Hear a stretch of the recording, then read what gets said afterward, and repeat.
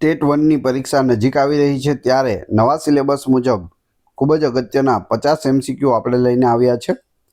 Topic છે સમાવેશી શિક્ષણ અને વિશિષ્ટ જરૂરિયાત ધરાવતા બાળકો અંગે સમજ। 5 ગુણનો આ નાનકડો ટોપિક છે। 5 પ્રશ્નો આમાંથી પૂછાય છે અને 5 ગુણ હોય છે। આ વિડીયોની અંદર આપણે અધ્યયન અક્ષમતા, વિવિધ દિવ્યાંગતા ધરાવતા બાળકો વિશે જોઈશું। પાર્ટ 19 છે। આની પહેલા 18 પાર્ટ અપલોડ થયેલા છે। જોવાના બાકી હોય તો એ પણ જોઈ લેજો। ખૂબ જ ઉપયોગી આ બધા જ પાર્ટ છે। છેલ્લે તમારી ટેસ્ટ પણ લેવામાં આવે છે। આ વિડીયોની અંદરથી જ ત્યાં પ્રશ્નો પૂછાય છે। તો વ્યવસ્થિત વિડીયો જુઓ, પૂરો વિડીયો જુઓ અને ટેસ્ટ આપી તમે તમારું નોલેજ પણ ચેક કરી શકો છો। એ સિવાય ફ્રીમાં આની PDF પણ તમને પ્રોવાઈડ કરાવવામાં આવે છે। કઈ રીતે મળશે તે પણ આપણે આગળ જોઈશું। તો જોઈએ ખૂબ જ અગત્યનો આ વિડીયો। ડિસ્લેક્સિયા મુખ્યત્વે કઈ અક્ષમતા સાથે સંબંધિત છે? ડિસ્લેક્સિયા છે તે એક રોગ છે અને તે વાંચન અને શબ્દોની ઓળખમાં ખૂબ જ અસર કરે છે। એટલે કે વાંચી શકતા નથી અને શબ્દોની ઓળખ પણ કરી શકતા નથી બાળકો। જે બાળકને અંકો, ગણતરીઓ અને ગાણિતિક તર્ક સમજવામાં મુશ્કેલી પડે છે તે કઈ અધ્યયન અક્ષમતાથી પીડાઈ શકે છે? જવાબ આવશે ડિસ્કેલ્ક્યુલિયા। ડિસ્કેલ્ક્યુલિયામાં શું હોય છે તો બાળકો છે તે અંકો, ગણતરીઓ અને ગાણિતિક તર્ક સમજવામાં મુશ્કેલી અનુભવે છે। હસ્તલેખન, જોડણી અને પોતાના વિચારોને લેખિતમાં વ્યક્ત કરવામાં મુશ્કેલી ધરાવતા બાળકને કઈ અક્ષમતા હોવાની સંભાવના છે? હસ્તલેખન હાથેથી લખવામાં, જોડણીમાં અને પોતાના વિચારોને લેખિતમાં વ્યક્ત કરવા માટે એટલે કે લખવામાં જેને મુશ્કેલીઓ પડે છે તે શેનાથી પીડિત હોય છે? તો જવાબ આવશે ડિસ્ગ્રાફિયા। ઓપ્શન સી સાચો જવાબ છે ડિસ્ગ્રાફિયા। ડિસ્ફેસિયા એટલે શું? ડિસ્ફેસિયા એટલે ભાષાની સમજણ અથવા અભિવ્યક્તિમાં મુશ્કેલી। કોઈ ભાષાને સમજવામાં મુશ્કેલી અથવા તો તેને અભિવ્યક્ત કરવામાં એટલે કે બોલવામાં પણ મુશ્કેલી થાય તેને ડિસ્ફેસિયા કહે છે। અધ્યયન અક્ષમતા એટલે કે LD ધરાવતા બાળક માટે કયું વાતાવરણ સૌથી મહત્વનું છે?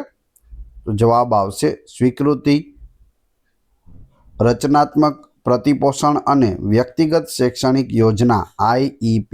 વ્યક્તિગત શૈક્ષણિક યોજના IEP જ્યાં આવે ત્યાં યાદ રાખજો આધારિત વાતાવરણ હોવું જોઈએ। ડિસ્લેક્સિયાથી પીડિત બાળક માટે શિક્ષકે કઈ વ્યૂહરચના અપનાવવી જોઈએ? શબ્દોના ધ્વનિ, બહુલક્ષીય પદ્ધતિઓ અને ઓડિયો વિઝ્યુઅલ સાધનોનો ઉપયોગ કરવો જોઈએ। અધ્યયન અક્ષમતા ધરાવતા બાળકનો બુદ્ધિઆંક એટલે કે IQ કેવો હોઈ શકે છે?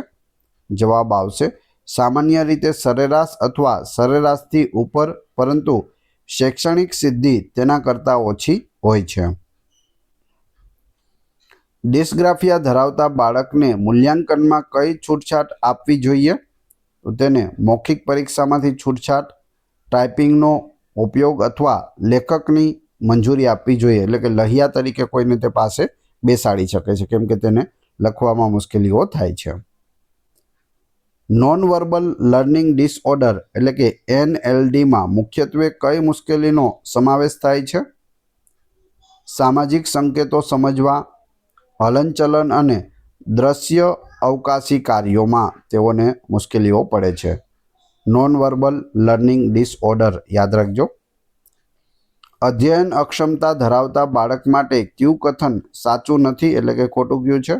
તેઓ આળસુ છે અને પ્રયાસ કરવા માંગતા નથી તે ખોટું છે। જ્યારે સાચા જોઈએ તો તેમને સતત તાલીમની જરૂર છે, તેમની સિદ્ધિ વધારી શકાય છે, તેમને યોગ્ય માર્ગદર્શનની જરૂર છે। આ બધું સાચું છે, સી ખોટું છે। ઓટિઝમ સ્પેક્ટ્રમ ડિસઓર્ડર ASD ધરાવતા બાળકના શિક્ષણ માટે કયું સૌથી મહત્વનું છે? જવાબ આવશે વર્ગખંડનું માળખાગત અનુમાનિત વાતાવરણ અને દ્રશ્ય સમયપત્રકનો ઉપયોગ કરવો। દ્રષ્ટિહીન બાળક માટે કયું શિક્ષણ સહાયક સાધન સૌથી યોગ્ય છે? જવાબ આવશે બ્રેલ લિપિ, ટોકિંગ બુક્સ અને સ્ક્રીન રીડર સોફ્ટવેર આ બધા છે તે દ્રષ્ટિહીન બાળક માટે શિક્ષણ સહાયક સાધન છે. શ્રવણ દોષ ધરાવતા બાળક માટે શિક્ષકે શું કરવું જોઈએ? વર્ગખંડમાં આગળ બેસાડવો, હોઠ વાંચન માટે મોં તરફ જોઈને બોલવું અને દ્રશ્ય સાધનોનો ઉપયોગ કરવો જે સાંભળવામાં નબળા હોય તે વિદ્યાર્થીઓ માટે. શારીરિક અક્ષમતા ધરાવતા બાળકને સમાવવા માટે શાળાએ શું કરવું જોઈએ?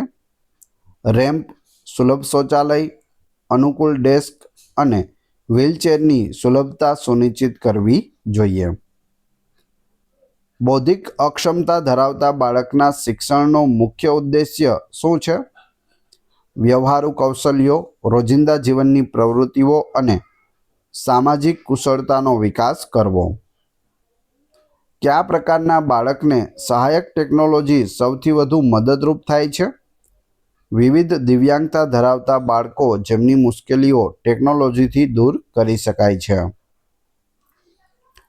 સેરેબ્રલ પાલ્સી મુખ્યત્વે કઈ અક્ષમતા સાથે સંબંધિત છે? જવાબ આવશે હલનચલન, સ્નાયુઓનું સંકલન અને સંતુલન.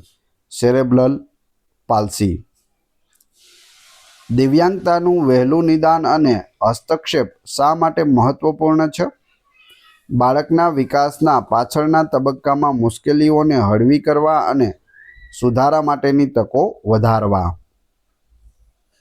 ધ્યાન કેન્દ્રિત કરવામાં મુશ્કેલી ધરાવતા બાળક માટે શિક્ષકે કયા નિયમોનો ઉપયોગ કરવો?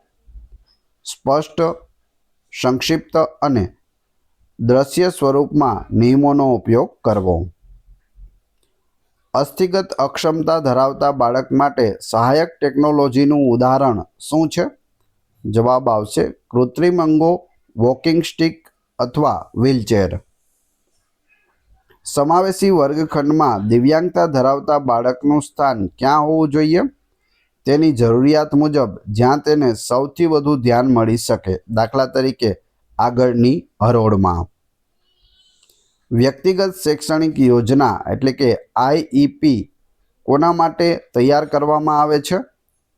વિશિષ્ટ જરૂરિયાત ધરાવતા બાળકો, CWSN, children with special needs. વ્યક્તિગત શૈક્ષણિક યોજના આઈઈપીમાં કોનો સમાવેશ થાય છે? શિક્ષક, બાળકના માતા પિતા, વિશેષ શિક્ષક અને બાળક પોતે જ્યાં શક્ય હોય ત્યાં. શિક્ષક દિવ્યાંગતા ધરાવતા બાળક પ્રત્યે સકારાત્મક દ્રષ્ટિકોણ કેવી રીતે કેળવી શકે છે? તેમની ક્ષમતાઓ, શક્તિઓ અને પ્રયાસો પર ધ્યાન કેન્દ્રિત કરવું. ભિન્નલક્ષી સૂચના એટલે શું?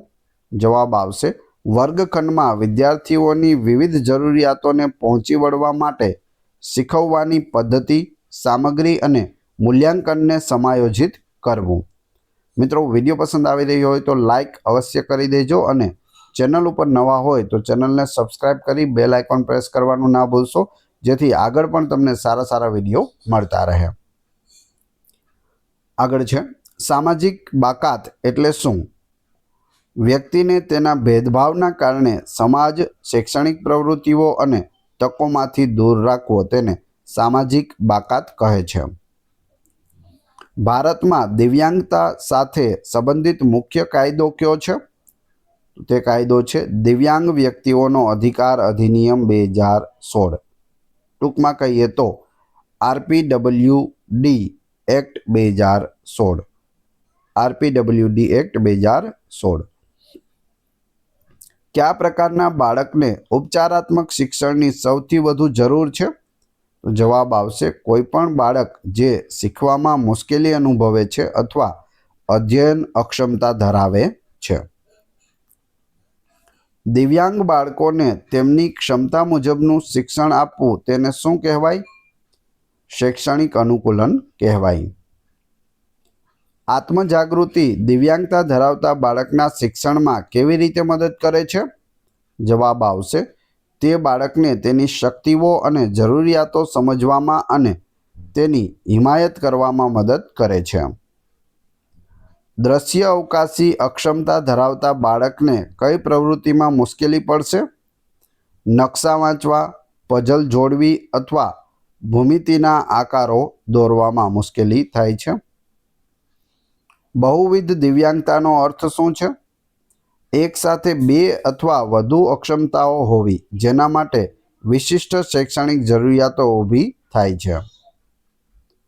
જો કોઈ બાળક વારંવાર વસ્તુઓ ગુમાવે છે, સરળતાથી વિચલિત થાય છે અને બેઠું રહેવામાં મુશ્કેલી અનુભવે છે, તો તેને કઈ સમસ્યા હોઈ શકે? ધ્યાન કેન્દ્રીય વિકાર હોઈ શકે.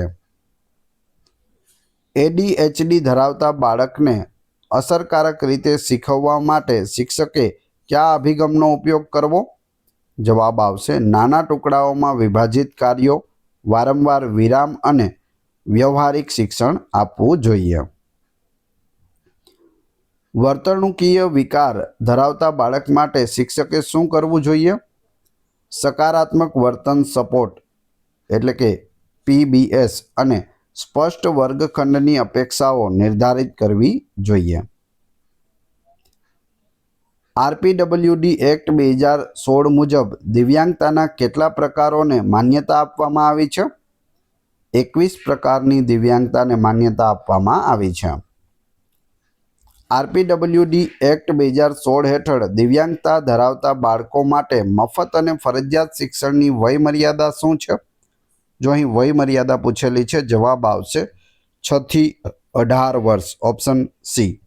જો RT એક્ટ 2009 વિશે આપણે વાત કરીએ, રાઇટ ટુ એજ્યુકેશન, તો તેમાં 6 થી 14 વર્ષના બાળકોને મફત શિક્ષણ હોય છે, જ્યારે RPWD એક્ટ 2016 છે દિવ્યાંગતા ધરાવતા બાળકો માટે 6 થી 18 વર્ષ છે. બંને યાદ રાખજો.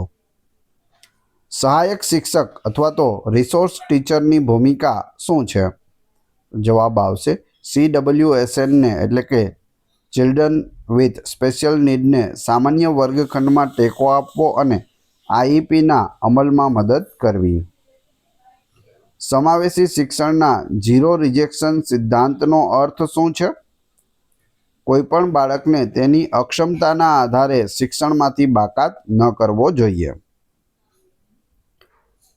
ડિસ્કેલ્ક્યુલિયા ધરાવતા બાળક માટે મૂલ્યાંકનમાં કઈ છૂટછાટ યોગ્ય છે? જવાબ આવશે ગણતરી માટે કેલ્ક્યુલેટરનો ઉપયોગ કરવાની મંજૂરી અથવા ગણિતના પ્રશ્નોને મૌખિક રીતે સમજાવવાની તક આપવી જોઈએ. કયું કથન વ્યક્તિગત શૈક્ષણિક યોજના IEP માટે ખોટું છે? તે બધા જ બાળકો માટે એક સરખી હોય છે, ખોટું છે. સાચું જોઈએ. તે CWSN માટે રચાયેલ છે. તેમાં ચોક્કસ લક્ષ્યો હોય છે. તેમાં વાલીઓની સંમતિની જરૂર હોય છે. તો આ 3 સાચા છે. ખોટું છે એ ડી છે. દિવ્યાંગતા ધરાવતા બાળકને શાળામાં સમાવેશી કરવામાં સૌથી મોટો અવરોધ શું છે? શિક્ષકોનો અપ્રશિક્ષિત અભિગમ અને શારીરિક વાતાવરણ એટલે કે બિલ્ડિંગની સુલભતાનો અભાવ. શિક્ષક જ્યારે CWSNને અન્ય બાળકો સાથે સામાજિક ક્રિયાપ્રતિક્રિયા માટે પ્રોત્સાહિત કરે છે, ત્યારે તે શાનો વિકાસ કરે છે? સામાજિક કૌશલ્યો, સહાનુભૂતિ અને સહિષ્ણુતાનો વિકાસ કરે છે. દ્રષ્ટિહીન બાળકને વર્ગખંડમાં ચર્ચામાં સામેલ કરવા માટે શિક્ષકે શું કરવું? ચર્ચામાં તેનું નામ લઈને તેને સંબોધવો અને સ્પષ્ટ મૌખિક વર્ણનનો ઉપયોગ કરવો જોઈએ, કેમ કે તે દ્રષ્ટિહીન બાળક છે. શ્રવણ દોષ ધરાવતા બાળક સાથે વાતચીત કરતી વખતે શિક્ષકે શું ટાળવું જોઈએ? મોં ઢાંકવું અથવા વાતચીત કરતી વખતે આસપાસ ફરતા રહેવું ના જોઈએ. અધ્યયન અક્ષમતાની લાક્ષણિકતાઓ સામાન્ય રીતે કયા તબક્કે દેખાય છે? શાળાના પ્રારંભિક વર્ષોમાં, જે પ્રાથમિક તબક્કો છે ત્યારે. જ્યારે વાંચન અને લેખન શરૂ થાય છે ત્યારે અધ્યયન અક્ષમતાની લાક્ષણિકતાઓ છે તે બાળકોમાં જોવા મળે છે. મનોવૈજ્ઞાનિક મૂલ્યાંકન શા માટે મહત્વનું છે? જવાબ આવશે અક્ષમતાના પ્રકાર, સ્તર અને તેના કારણે બાળકની શીખવાની શૈલીને ઓળખવા માટે. સમાવેશી શિક્ષણમાં સહાયક તરીકે અન્ય વિદ્યાર્થીઓની ભૂમિકા શું છે?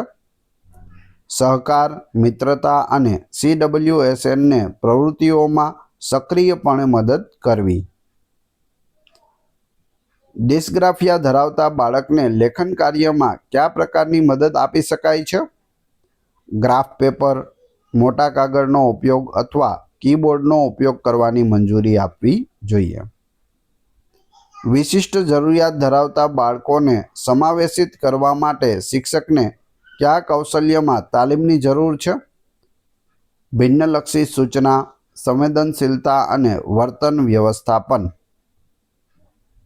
હવે તમારી ટેસ્ટ, જે આપણે વિડીયો જોયો તેમાંથી તમને અહીં પ્રશ્નો પૂછવામાં આવે છે, જેનો જવાબ તમારે ક્રમશઃ કમેન્ટ બોક્સમાં આપવાનો છે, જેથી તમને ખ્યાલ આવે પરીક્ષામાં આવો પ્રશ્ન પૂછાય તો તમને જવાબ આવડે છે કે નહીં.